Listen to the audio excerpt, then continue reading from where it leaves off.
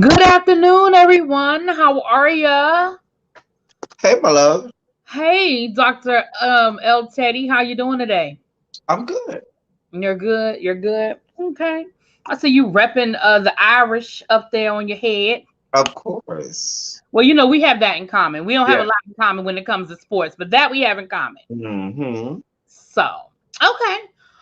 Well, we are here today. I feel like we are becoming the official, unofficial alarm sounder when it comes to issues in education. We have been sounding the alarm. We would have we've been the first to say a lot of stuff. Okay, now ain't nobody found us yet, but when they find us, they gonna get it. Hmm. we They're you gonna be know like, a lot of things oh, we've discussed have come to pass, and I feel like this is gonna be one of those topics. Go ahead. What were you gonna say? we've been missing out this whole time. Yeah. Yeah, you have. But for the people who are here and who know us and are rocking with us, thank you so much. For the people who are listening to us over on iTunes or Spotify, thank you so much for being here. Again, make sure you're subscribed to the YouTube channel. Make sure you're subscribed over on the podcast. Double dip. Ain't nothing wrong with that. Hey to the people that's coming in the room. Thank you so much for joining us today. So we actually kind of have one topic, but we're going to explore it from a couple of different angles today. Again, I think this is something that we are sounding the alarm on. I don't want people, and let me tell you about one of my biggest pet peeves, doctor. And I know you'll understand this as being someone who's in the education profession. One of my biggest pet peeves is whenever educators are trying to enlighten people, they want to say we just complaining. Oh, you just don't want to do no work. Oh, you're just complaining. You already get the summers off. You already get like it's like they feel like we're just complaining when it's like, no, I'm really trying to educate you on what's going on. And so the topic today, this podcast is titled, "Are we risking our children's health?" I just went on to put it out there. I ain't trying to make it cute. I just said point blank, are we risking our children's health? Because some Or things lives. Or lives. or lives. Well, true.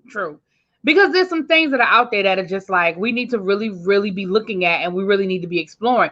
So I'm gonna let you go ahead and say your piece, and then we're gonna jump into some of these articles that you pulled. And I will say, Doctor did all the work on this one. He did all the work on this one, but we'll go through some of those articles you pulled. Go ahead and say your piece. Um, I just, I feel like this is gonna be another one of those times where we are screaming from the mountaintop, and I hope that you all are listening. I hope that you all take the information that we give you.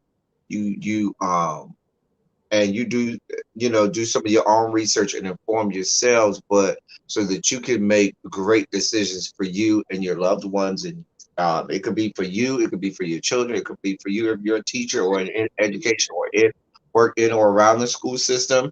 It could be for you if you have a child, godchild, niece, nephew, grandchild, friend of the family's child, or whatever. Because we need to stay informed, and when we're not informed, it could be detrimental. Because as I was reading some of the articles, a lot of this stuff has just changed in the last week. Like a week ago, there was a frame of mind toward things, and over the last week and a half, 2 weeks, things have gone to a totally different place, and we need to definitely be informed and be prepared to make decisions for ourselves and our loved ones. So that's I really want to highlight that, because even from the last time really B and I were on here having conversations about the school education, I think one of our biggest pushes over the last couple of months has been the fight against CRT and so forth. But there's another pressing issue. You know what I'm saying? Over Yeah, the last yeah. week or two, things have changed, and I could probably tell you, you need to be prepared for things to be very fluid within your respective areas with regard to schools and reopenings and things like that. So yeah. So in case you guys haven't picked up on what we're talking about, we are once again revisiting schools reopening, but we're looking at it from the point of view of what what's really going on with these numbers. Now, let's just say this from the beginning of this whole panny that we have been dealing with, we have not gotten accurate information. And I think one of the biggest lies that we were told is that kids can't catch this disease, this virus. Kids can't catch it. And I even think that was one of the biggest, they could, even when they said that the kids could, oh, it won't affect them. right. Oh, it doesn't have They're just carriers. They'll just yeah, they're carry just carriers. somebody else. Right. Well, what we're Hold seeing. on, your computer's doing that feedback thing. Okay, hold on. All right. I figured out what the problem is. Hold on, y'all. Give me a second. Sorry.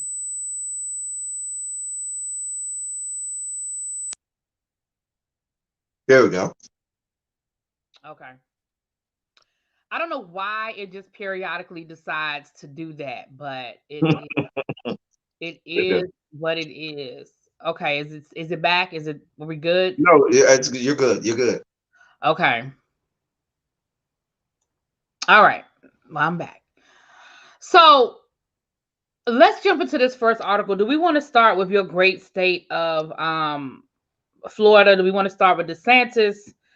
Is that what we want to start?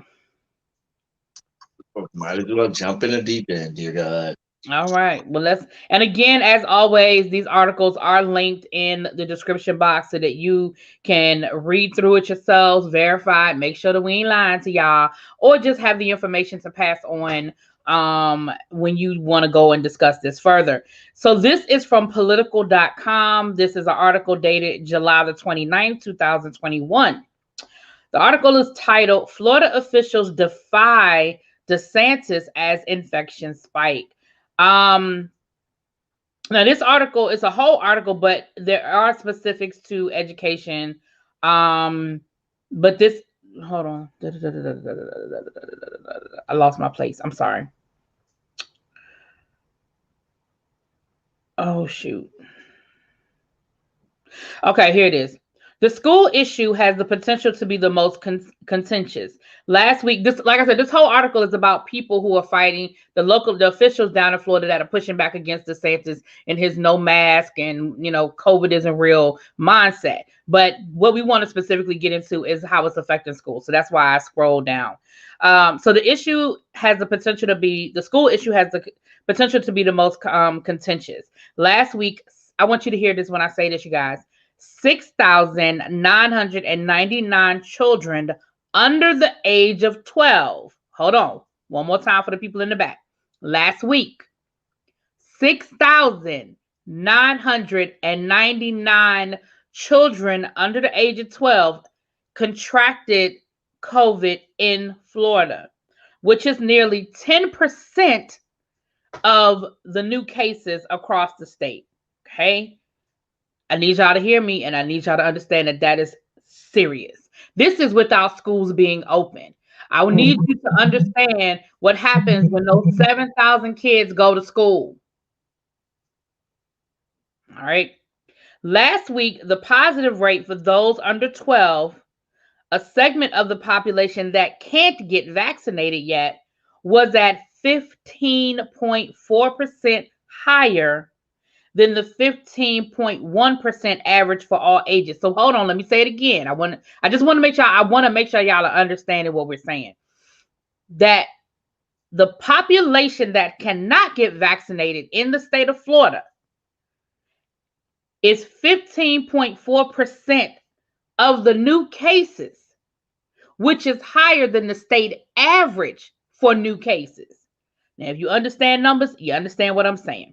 A Jacksonville TV station on Wednesday reported that the city's Baptist Health is treating 13 children who contracted COVID, five of whom are intensive care.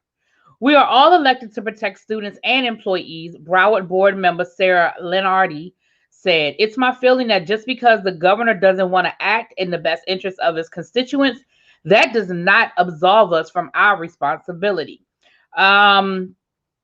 And it goes on to just talk about DeSantis's response to all of this. But again, we want to focus today on the fact that we're getting ready to go back to school. The CDC has issued conflicting, recommendations as it relates to schools. Each, again, what we've been saying from the beginning of this, if there's nothing else that y'all remember from what we said from the beginning of this, is that education is not a federal policy. Okay. A lot of these policies are made at the county level. So even within a state, the policy varies from county to county. So you could be in one county on Monday and the policy is that everybody has to be masked at the school. And you literally can go 2 blocks down the street, be in a different county, and the policy is, no, we don't want anybody. You don't have to wear no mask. It's fine. You're good. And so again, therein lies the danger. Therein lies the danger. Go ahead, doctor. Oh God, where do I go? Where do I start? Oh dear God. The part that you read that the numbers certainly we want to should be quite alarming, meaning that there's a higher percentage of kids 12 and under with COVID than there are for the rest of the population, to include seniors and geriatrics. I should also mention that a part that you read talked about there are children ending up in ICU. Mm-hmm. And you don't end up in ICU just, we just gonna put you. No, ICU means that you have some critical issues going on with you, your health, and your body. And there are kids that are leaving here. This isn't what they sold to us a year ago when they said, if you're young or if you're a child, we don't have to really worry about them because the propensity of them, having real serious medical issues with COVID is not there. That is not the case. And I keep telling y'all, every time we think we figured out Mother Nature, she says, you think you got this figured out? Right. Some of this. And so you're talking about a disease, a respiratory disease. See, here's 2 things that should be alarming. We are in this summertime where there's less likely to be a lot of the cold-like respiratory illnesses and diseases because of the summertime, and that's just when there's less of that because of the weather and so forth. 2, the kids are not yet back in school. And we're already at this juncture. And the third part that we need to highlight is this is the state of Florida, where, remember, they locked up this lady in Brevard County, and they locked up another couple people in other counties because they were whistleblowers about the fact that Ron DeSantis had already told the Florida Department of Health to skew numbers and to fudge numbers and not to give real numbers. So I'm going to tell you, they're telling you that 6,999 kids got it last week alone. We're not talking about over the last couple months. We're talking about in 1 week. 1 week. 1 week. Without them being in school. In the middle of burning summer, those numbers might be 10,000+ more. Right. Because if that's the number that they're willing to to report, I promise you, in Florida, I don't trust nothing out of Florida. In Florida, the numbers are probably double that because DeSantis doesn't want it to look like what he's doing is failing, as far as no mask and all that other stuff. So he is, whatever numbers he's turning over, I just don't trust them. Thank you, as always, Quintessential, for sharing us. She always shares us on her social media platforms, and it is much, much appreciated. Also, shout out to Peace Love, who just also shared us on her Instagram. Much love, much appreciated. So, okay. Now, that's the article that is dealing specifically with Florida, but let's go on and get into a couple of these other articles because listen, it ain't just, as much as I like to blame Florida for everything. You can blame listen, we give it to your state. We give it to your Florida. For me, at least we know something good came out of Florida. All right. Well, all the people in the state of Georgia, go and put your hands up because this one's for you. Data shows, oh, and I'm reading this from this is from the Atlanta News. Atlanta News. Hold on. I think it was 11 or something like Yeah, that. 11 Alive. Yeah, 11 Alive, Atlanta News from 11 Alive. Yes, that's it. And this has a video attached to it. Again, the link is in the chat. Data shows increase of children getting sick from COVID in Georgia. Again, Pfizer is still conducting its clinical trials, but could get data back for kids ages 5 to 11 in September. COVID-19 cases across the nation are back on the rise. Doctors said they're seeing more young victims of COVID, kids under the age of 12 who still cannot get vaccinated because one hasn't been approved for them yet. According to the Georgia Department of Public Health, 4 children in Georgia have died from COVID. The latest data from the Department of Health shows just 3 weeks ago, kids were averaging 10 new cases per day. Now that number is up to 63. Hold on. I'm gonna read that one again too, because I need y'all to understand it. 3 weeks ago, kids were averaging 10 new cases. Now That's a day, right? that is, hold on, I want to make sure the date. Yes, that is today. This is as of 7:59 this morning. No. I'm saying No. I'm sorry. I apologize. This is not today. This is July 21st. So this is last week.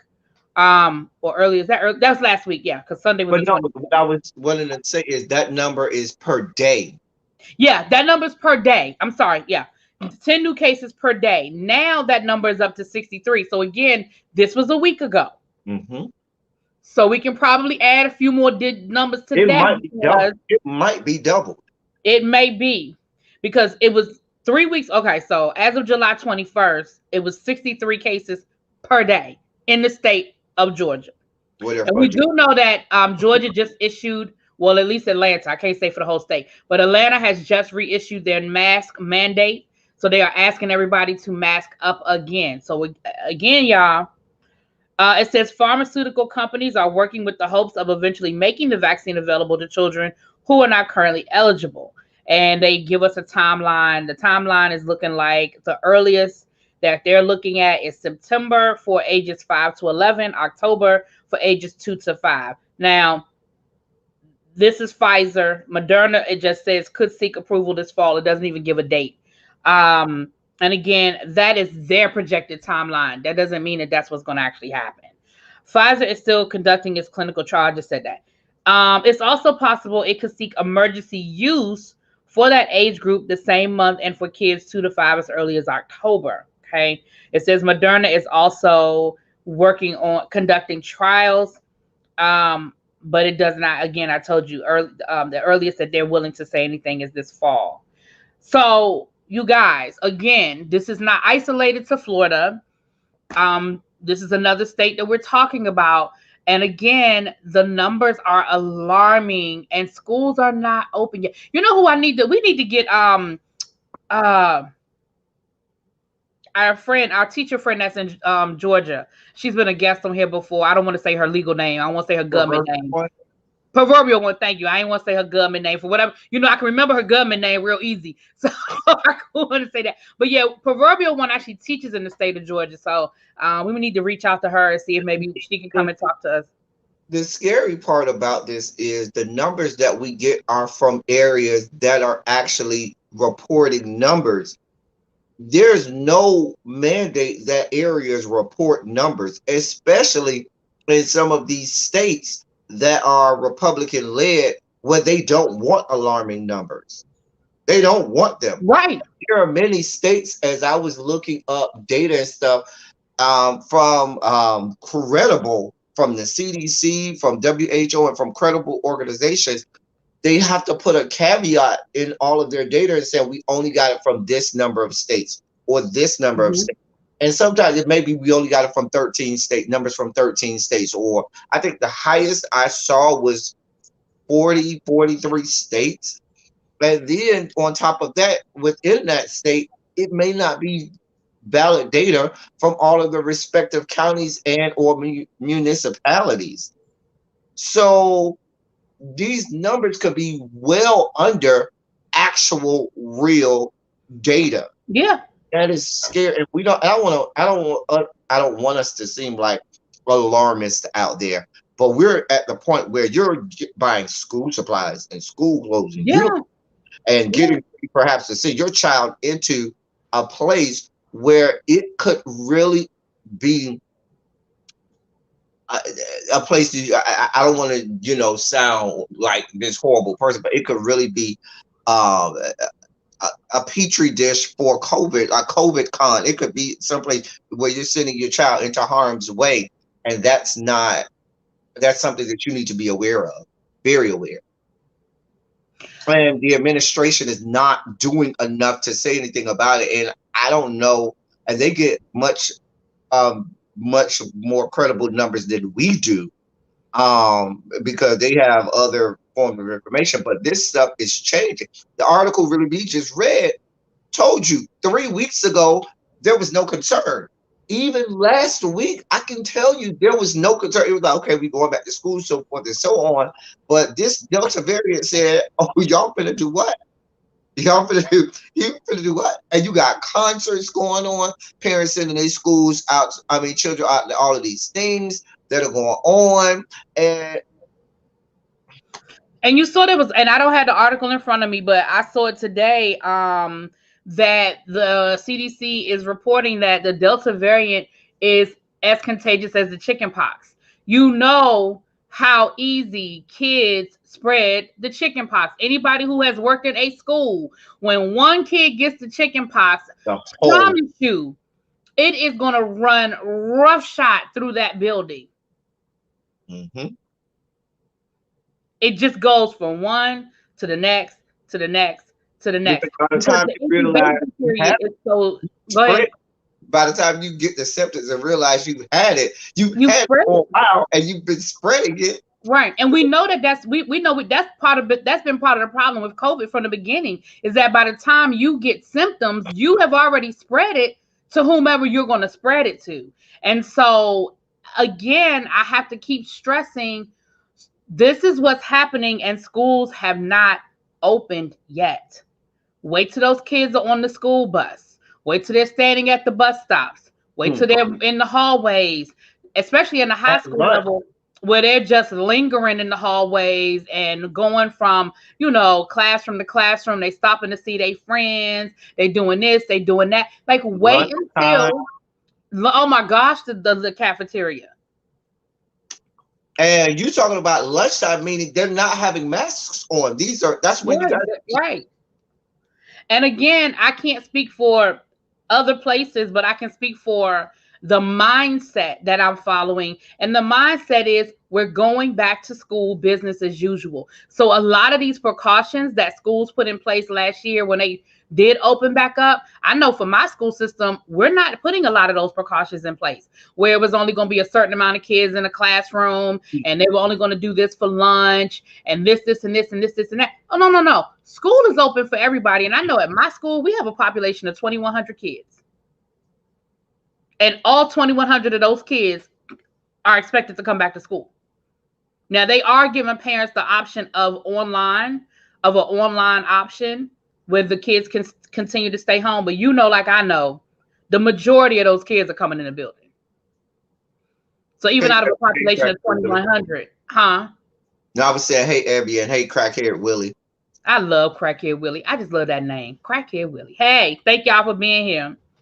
Watch crackhead Willie be real fine. Like, you probably see crackhead Willie in person, be like, do you know what? I feel like I would. I feel like I would see Crackhead Willie like, be like, Dave, like crackhead Willie, and you try to throw people off, and you be like, right. I feel like I would. I feel like I would meet him and be like, hi. Yeah.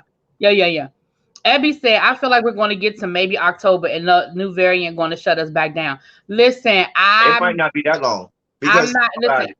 If they're telling you that they are not going to even be done with clinical trials until September, when all of America will be back already in school, breathing all over each other and stuff like that. And what we're talking, and and one thing we say about education all the time is education just does not involve students. The process of schools and education involves a huge segment of every population across the country.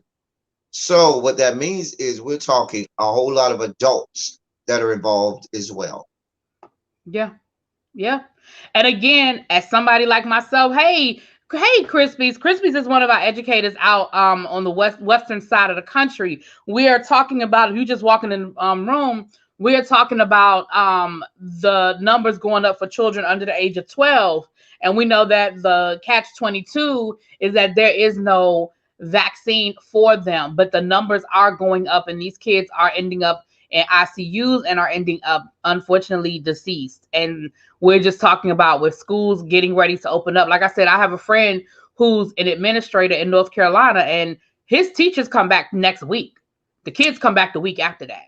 So by the end of A lot August, of schools went back. A lot of teachers went back this week. I know in yeah, Georgia, teachers went back this week.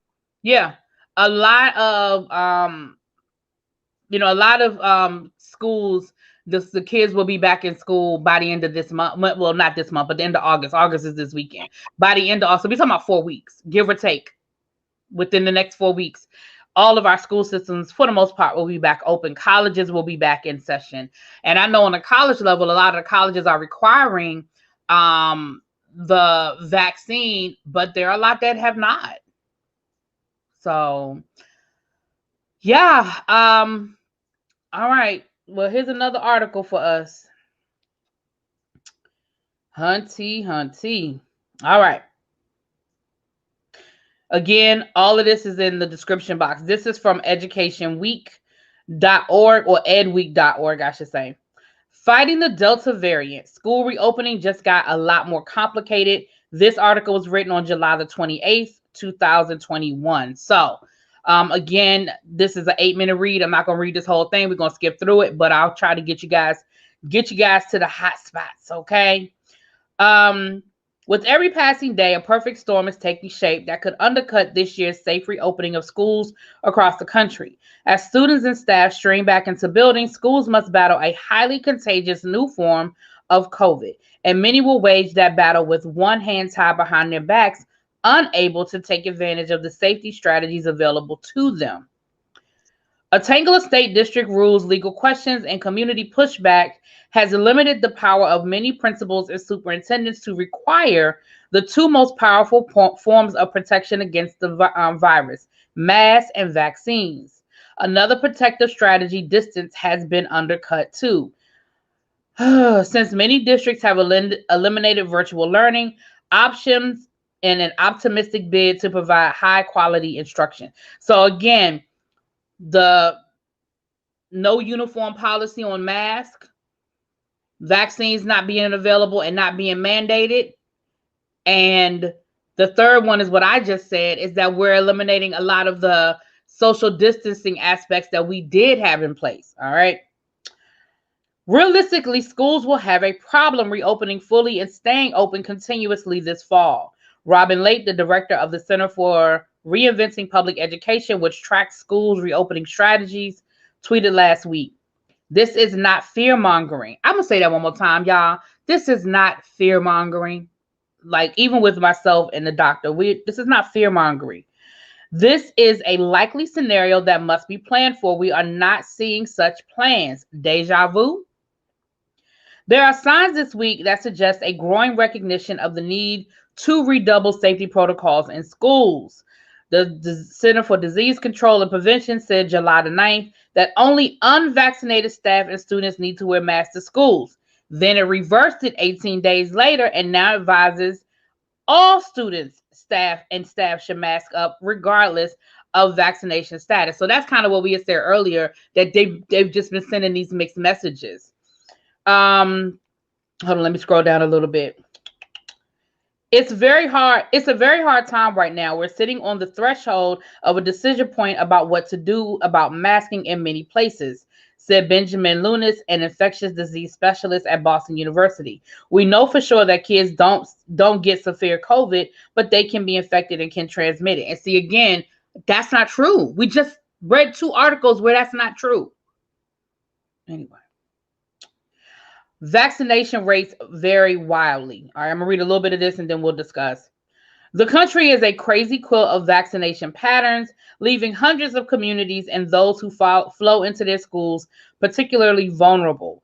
Children younger than 12 are unvaccinated, and among those 12 and older who can get the vaccine, only 57% have done so.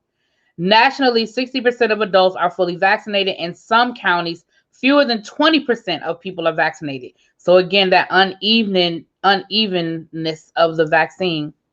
It's really hard to know who is vaccinated and who isn't now, she said. If 95% of kids are vaccinated, that will be a different thing. But right now, it seems safer to start the year masked. I'm going to pause there. Like I said, the article is kind of a long one. I'm going to pause there and let you give your commentary, Dr. El Teddy. I think that we cannot absolve the current administration from the that is on their hands and about to be on their hands. We cannot absolve them because just like we were giving it to the previous administration about their handling of it, we got to give it to this administration as well. The CDC is fumbling the ball every time. And kudos to my own personal doctor. My own personal doctor, I remember her and I having conversations. And she was like, listen, I know you've been hearing stuff. Please go and continue to safeguard yourself. Please wear your masks. All of the research and that me and my fellow doctors um, have done have said, even with the vaccine, you still need to be careful, wear your masks, this, that, and that. She told me that. She said, continue to practice your 6 feet apart, continue to do all of that because it's just good, sound, healthy, a good sound and healthy way of, just going about things, mind you. And she was she said the vaccine will help you if you do contract it, but it's not a cure Right. For COVID. And so the CDC, which was bowing to the whims and the behest of an administration that wanted to tout a W, they refused to try. And that's the problem with politics. Nobody wants to admit that they got something wrong or that they, were mistaken or that they moved too quickly or too fast. They're always looking to get everything around them to bend to their whatever they want and to make it look like they went about it the best way. And I'm saying that to say this: when there was this first a few months ago, you saw an influx of people who got vaccinated that quickly died down. And so now when you have the CDC that are sending, like you said, mixed messages, one week you're telling me you don't need to be masked, and now the next week you're telling me, okay, oh yeah, you need to get masked again. It diminishes, and it makes their own credibility come into question, which fuels the fires of those idiots out there, the non-vaccinated people who are, the conspiracy theorists out there who are saying, see what I'm saying? You don't need to be listening to what the CDC said, because they don't even know. They don't got it together. They probably been lying to you about what the vaccine could do. You're fueling the fire. And now reasonable, credible, rational science is now being politicized and toyed with because of people and the idiocy between the temples. I mean, it's baffling the mind. And now we have children that are and adults. I'm not just going to limit it to children. You have a whole large slice of the population that is about to be put in harm's way. And I think a lot of them are just okay with it at this point because you see the number. We're looking at all kinds of concerts and festivals and sporting events that are going on, and people just don't care. People are at the point where they're saying, well, you know what, screw that, da da da da da. And I think the dangerous part is these numbers, the media itself isn't as vocal about what is happening as maybe it was when we were at the inception of the COVID outbreak. And I think that they're getting bogged down with all of the other political things going on when safety to life concerns should be front of mind and at the forefront of everything. And so I just think it's just a perfect storm of things going on. And we're about to start a school system where we could have numbers that make last year look like we would gladly go back to it. Because now you have the entire population that's about to be affected. It's about to be a whole problem. It's about to be a real problem. Hold on. I'm looking up what you're talking about, Jason. We're going to come back to that. Jason lives in Arizona, and he's talking about the governor there, and he's issued some executive orders. So that's why I wanted to go look at that. We'll come back to that because I want to finish up this article because there. But Jason, go ahead and put it in the chat because I was looking it up so we could discuss it because you said that the school district there is pushing back. So I want to be able to include that. But I do want to read this part of the article because, again, something that I told you guys was going to be an issue has shown itself to be an issue. So later on, I'm in the same article, but I'm a little bit further down. I'm going to read these two paragraphs and then we're going to discuss because it's something that we've talked about. I said this was going to be an issue. Education law scholars have noted that the law is unclear on whether K-12 schools or districts should add the COVID-19 vaccine to their state's list of required inoculations. A couple of districts have ventured into that territory with a distinctly chilly reception. Los Angeles Unified announced in January that vaccines would be required this fall, but reversed course after a group of district employees filed a lawsuit. We talked about that. New York City this week announced staff and students must be vaccinated or COVID tested weekly, but city unions aren't signing on. Remember, I talked about the union aspect of this. A handful of districts say they plan to institute a vaccination requirement once the vaccines get full approval from the U.S. Food and Drug Administration. We talked about this.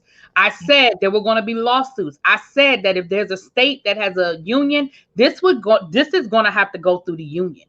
I'm not saying that I agree or disagree with that. I'm just saying, as somebody who works for the union, I'm telling you that type of mandate on educators, it's going to, and again, I'm speaking for where I was, each person had a different union. So the teachers had a union, administrators had a union, cafeteria workers had a union, the janitors had a union, the secretary. So we're not talking about just one union. Each That's union has that. This is something that has to be collectively bargained.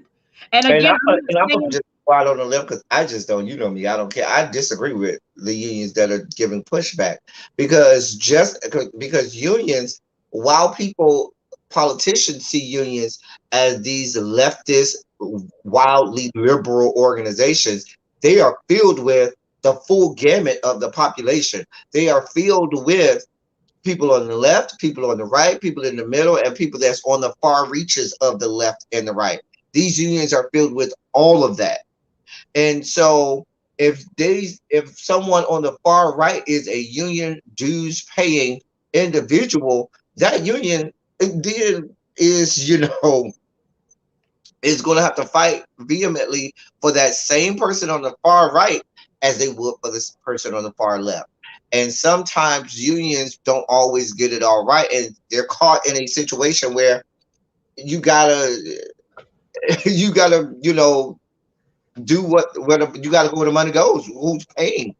And so I'm going to just go out and say I vehemently disagree with, because I knew me and you agreed on that already, and I vehemently disagree with unions giving pushback about something that could be a safety to life issue. It would be akin to 100 years ago with them giving pushback for polio vaccines and stuff like that, which sounds inconceivable right now, but this is what we have going on. And let me say this.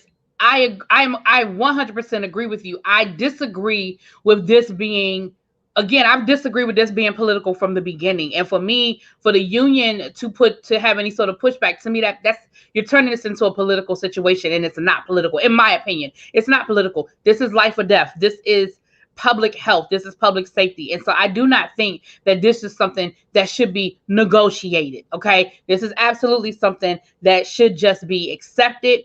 It is what it is, and let's move on. Now, Jason said that Arizona is a right to work state. So basically, they can tell them, listen, either you are going to do this or we can fire you. A right to work state, loosely, I'm giving you a loose definition. Basically, there is no, you don't have a whole lot of that appeals most right to work states don't have unions and things like that, and it just is what it is. You can go to work on Monday and be fired, and they really don't have to tell you why. I know Florida is a right to work state, but they still have unions, which kind of gets really hairy because that gets tricky. The fighting that the union can do can only go so far. They can't even protest. They can't even do a strike or anything of that. They still have a union that collectively bargains, but it's just, but like you said, this is becoming political, and now you're playing politics with people's lives. And I do think safety to life, public health issues should not be issues surrounding politics. So let me read this article, and this was sent to us from Quintessential. Again, I thank you and I appreciate it, you guys, because this is giving us a lot of state-by-state information. So this is from the Chicago Tribune. This is July the 30th. So this is today. This article was today's date. It was last updated at 4:20 p.m. So 4:20 p.m. Chicago time is 5:20 our time. So literally, this was just updated 10 minutes ago. I'm going to read it to you guys. Chicago issues indoor mask advisory for everyone over the age of 2. COVID-19 cases up nearly 50% in Illinois over the past week. That's what I keep telling y'all. This thing has went completely out of control in just a week. So what you going to think? Where do you think we're going to be in a month? The city of Chicago now recommends that everyone over 2 wears masks when indoors as the Delta variant spread, and the city passes 200 new COVID-19 cases a day. Now, that's just the city of Chicago, not the state of Illinois. The move announced Friday comes after the CDC recommended that people wear masks indoors in areas with substantial and high transmission of the virus. Chicago surpassed 200 new COVID cases per day on Friday, the public health department said. While not a requirement, the updated mask guidance is strongly encouraged. We are taking this step to prevent further spread of the very contagious Delta variant and to protect public health. This isn't forever, but it is necessary to help decrease the risk for all Chicagoans right now. Chicago Public Schools previously announced that everyone inside its schools, regardless of vaccine status, will need to be masked when the new academic year starts on August the 30th. All right, and then it just goes on to talk about the mandates and stuff like that. Now, did you see the pictures from the Lollapalooza up in Chicago? Well, that it pales in comparison to the pictures from Rolling Loud this past weekend. Yeah, Rolling Loud. A mess. And the thing about Jason said that they do have unions in Arizona that exist because of the company's home states. Okay, I have to do some research on that. I mean, I believe what you're telling me. I just got to do some research on it. Is what I'm saying, though. Here's the thing. The thing is this. It's not like we didn't know. The scientists and researchers going back to last year already knew about these variants, and they were saying, I remember them saying there are other variants out there that are much more contagious than the one right now. And they told me that if and when, because they knew it was coming, they said when it does, we need to be prepared because those ones are way more contagious and way more vicious than the current variant of COVID-19 that we have. They told us that. And the government, this administration, the CDC, still played with the lives of people and acted as if credible research, as if the scientists and things were not was not there, and it was there, and they just chose not to listen. And so now we have school boards and state boards of education, state departments of education that are just acting as if, oh no, well, we don't know about it, as if it's not there. It just baffles the mind. I just hate how, and I hate to go political, but I know you know, both sides are playing in our faces. The right and the left are playing in our faces. And this is why we continue to say we can't leave it up to the people in positions of power and to the politicians and the leaders. We have to be vigilant about our own health, about our own families, and what we need to do to make sure that the livelihood and achievement and success of our own families and our own health, because the people in positions of power just are not going to do it. They're not going to even listen to sound research and science. Hell, we got people that still don't think that global warming is a thing. Well, But we have people that still think the earth is flat. So listen, right, so I cannot. I cannot. Yeah, so you guys, again, please, please, please continue to send us. I appreciate everybody sending us articles and sending us information from your state. Please, because listen, we can't be in 50 places at the same time, i.e. the 50 states. We can do the best we can, but I want to just again, I'm gonna say this the way I started this. Every time a teacher complains, it's not because they don't want to do any work. Please understand that I long for the days of a quote unquote normal school year. I long for the days of going back for dumb PDs the week before school starts and spending hours putting my classroom together and doing my syllabus and working on, like, I long for that normalcy. Okay, let's be clear. But I also long for a peace of mind that I just haven't had in 2 years. It just is what it is. And for all of us who literally have to, the frontline workers and things like that, it is a legitimate concern.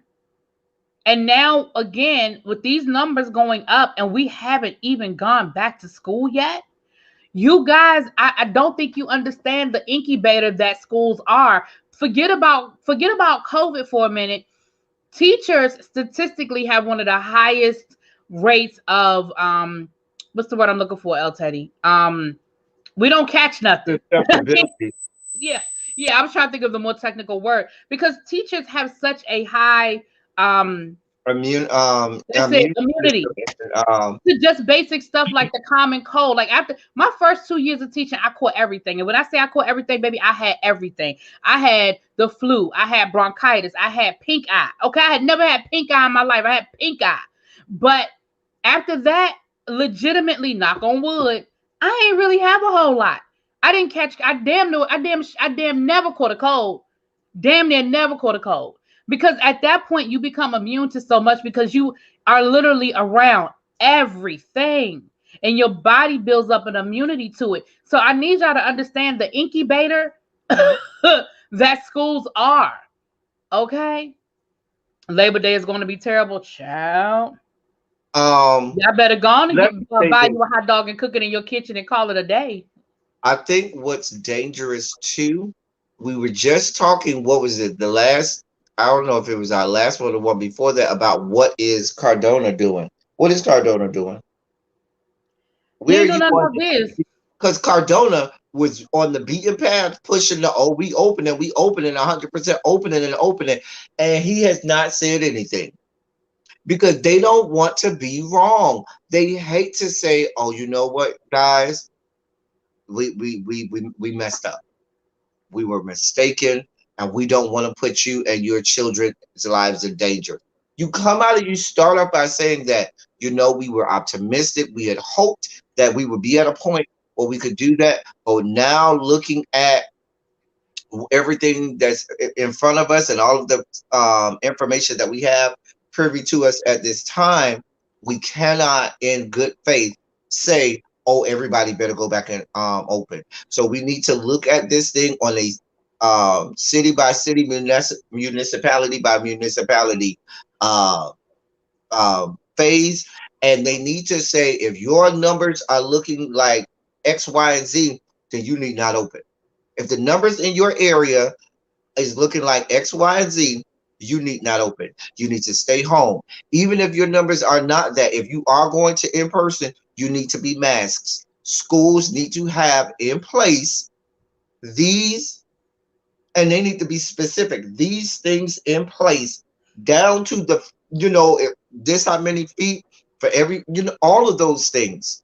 That's what Mhm. we're paying them for. And then when you say that, you need to earmark monies that Congress has already given you to give to schools and say, here's the money to do it. You can only use it for this, for these reasons, to get your schools ready for this. If not, you're going to have it. You can only, we need to see all kinds of invoices and everything, and we need evidence that this is what you're using this money for.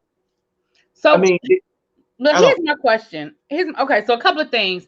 Thank you, Jason. Yeah, that's how our unions are up here. Membership is optional, but representation is for all. So, like, even the union that I worked for, teachers did not have to join the union. However, whenever we were collectively bargaining, everybody pretty much Mhm. Benefited from. benefited from it. But anyway, that's don't even get me started on that.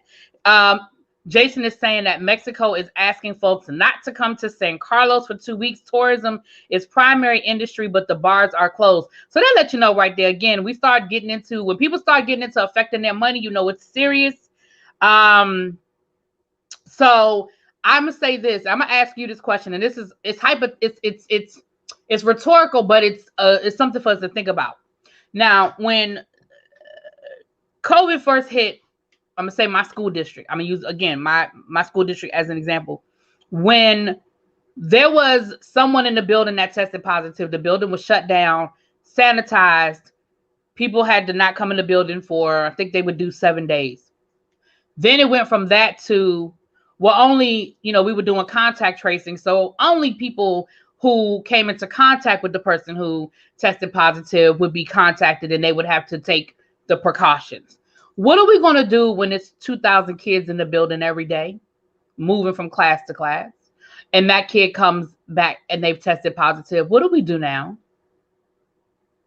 From the beginning of this, we already said that there was no feasible way for schools in their current makeup and with the physical plant and so forth of the school for there to be the type of real social distancing and healthy commuting in and about a school with the number of students that you have per square foot. It was impossible, even on the elementary level where they have the smaller numbers. Hmm. And I know there was a formula that my district was using last year, and our CEO said, "Listen, we are not going to open up schools until I mean, we're not going to open up schools until the numbers go below X, Y, Hmm. Z." But here's the problem: what ended up happening was the governor of the state said, we need to open up schools and we need to open up schools now. And then every other district in the state where I live opened up. And so it forced the CEO to make a decision that they didn't want to make. And so I'm back to what formula are we using? The numbers are going up. What is the formula? When are we going to say, oh, whoa, this is cold red. We need to do an about face. Everybody in the chat is saying, hey, I don't think the schools are going to stay open. I agree. I think we're going to shut down. I don't think we're going to make it to the holidays. If you really want to know the truth of the matter, that might be stretching it at this point. But the problem is now we're back where we were in March of 2020. Now we're scrambling because we didn't put a plan in place. let me and this is for somebody who has not, I'm not everybody's been to school, but I want to bring it back to home how these schools are a hotbed, can become a COVID con. you know I'm just going to say, as much as you want to social distance, think about, I've worked at high schools that have had upwards of 3,500 kids, 4,000 kids, and I'm going to tell you, you're in a hallway where all of the doors are metal, all of the things that you use to open and close a door are metal. And in order to get in and out of a door, you must touch said metal. And if you're talking about a door, I'm talking about one hallway, one door in a high school that could have easily seen 2 to 3,000 students, which is 4,000 hands. And you're talking about all day long, multiple times. Even if I'm being the most cautious, you're going to have to touch something that has been touched by thousands and thousands and thousands of people. What are we talking about here? I'm just giving you one scenario. Let's talk about the fact. Remember, they had to shut down the water fountains and stuff like that. Really be and stuff like that at most schools. So now, what about the kids who have to, go to use water because they have to, for medication reasons? It's so much that goes into it that we haven't even thought about. And I just gave you one scenario of opening a door at the end of the hallway to get out of the building. We know. And wait a minute, another would really be once you go into the school, now you have state and federal mandates that you have to do. Think about the fire drills. Think about a fire drill. Think about a fire drill, or when you do the drills for active shooter, where you're told to huddle in a mass in a small area of the class. Mm-hmm. A fire drill where you have thousands of kids trying to get out really quickly at the same time, and you're like this next to each other, and and these things are mandated, must be done. And just think about your teaching practice. Again, I know this sounds trivial to a lot of you guys, but for those of us who are in the classroom, think about your teaching practice. Small group instruction, stations, moving around the room. Something as simple as your kids going to sharpen a pencil, picking up some paper, collecting paper, passing paper. I mean, these sound like really, really simple things, but in a period by period, you were an English teacher. I'm a social studies teacher. My kids do a lot of group work, a lot of small group work, a lot of peer stuff. I know you probably had your kids doing peer reviews of each other's work. Mm-hmm. I know that you probably did. Watch this really be. Think about if you teach ESL or ELL, and when we're talking about, a lot of times when I'm teaching students how to speak English correctly, I tell them to look at the placement of the lips and the mouth cavity and things like that, so that they can, learn the different phonemes in the English language as opposed to their own language. And they would like practice with each other. Those are common practices.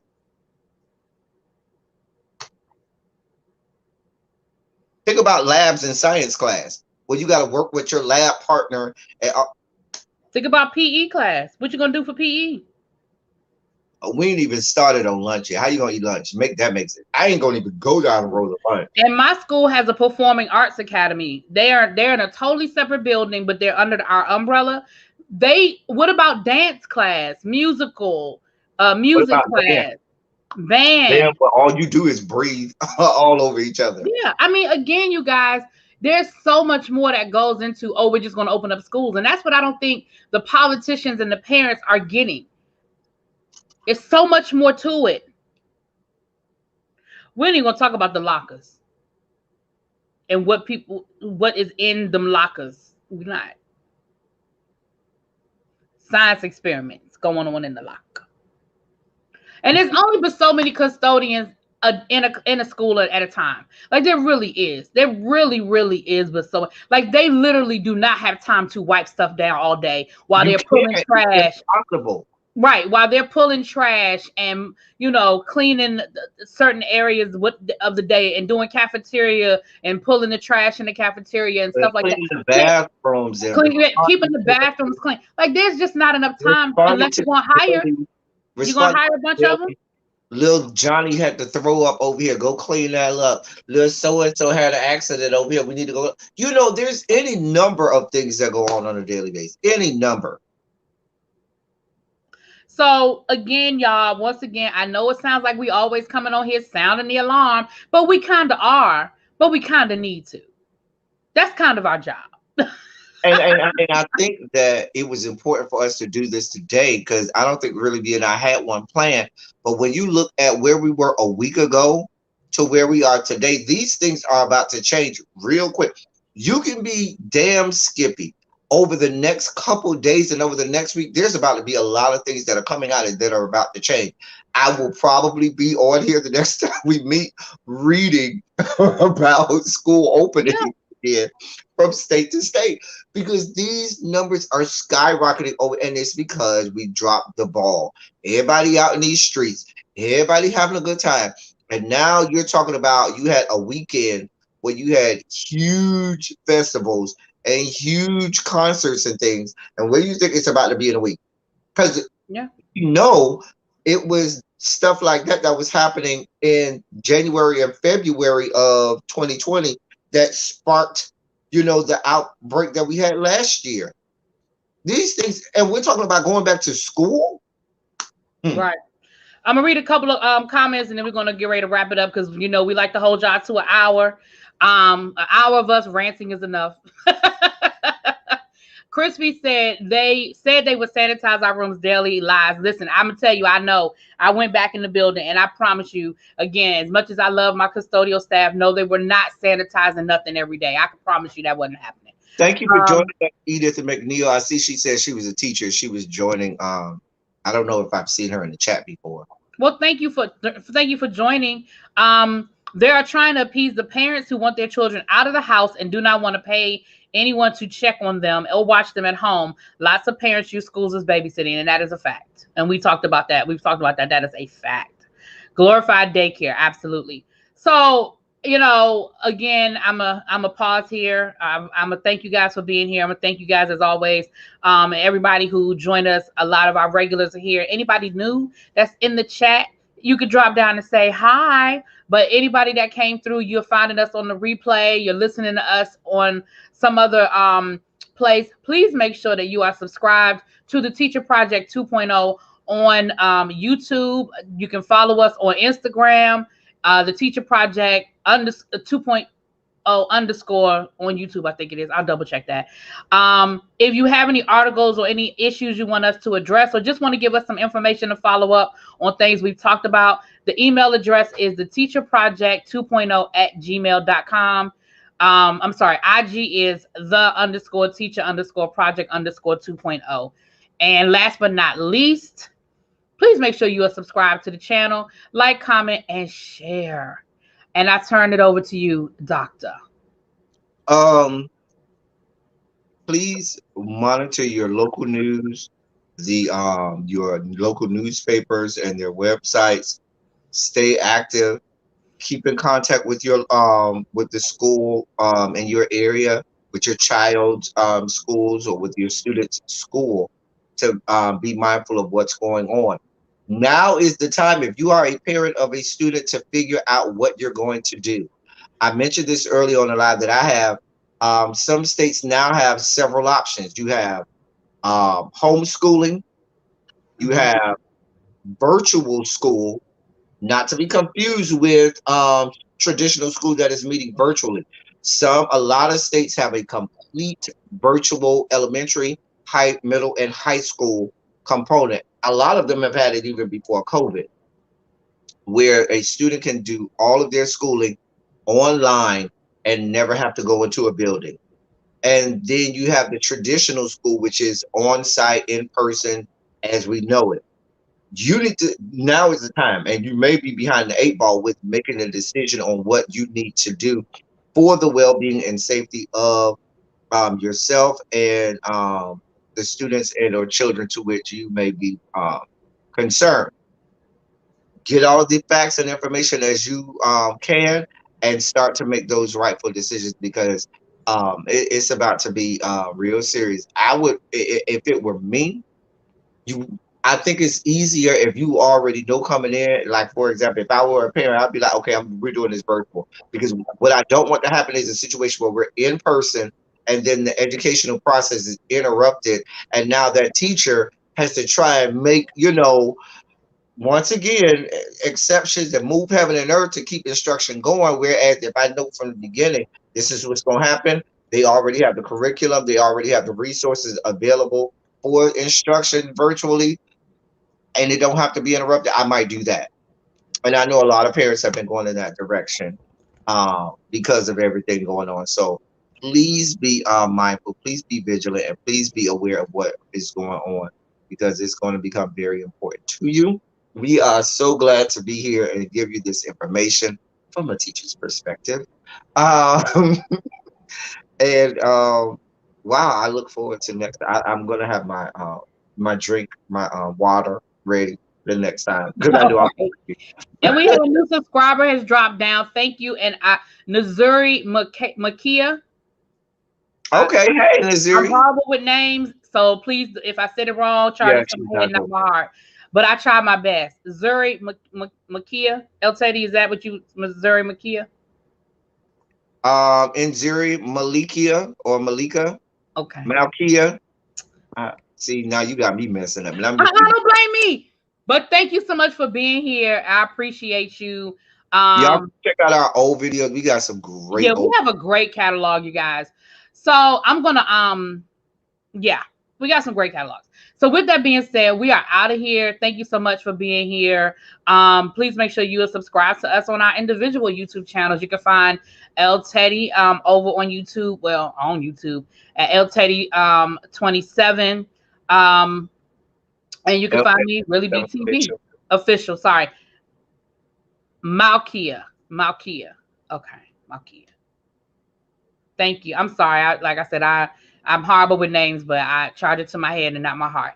And you can find us there. El Teddy did a politics of it all this morning, where he got into some of this, as well as some other issues. And you can check us out. So with that being said, we are out of here. Thank you guys so much. We'll catch y'all next time. Peace. Peace.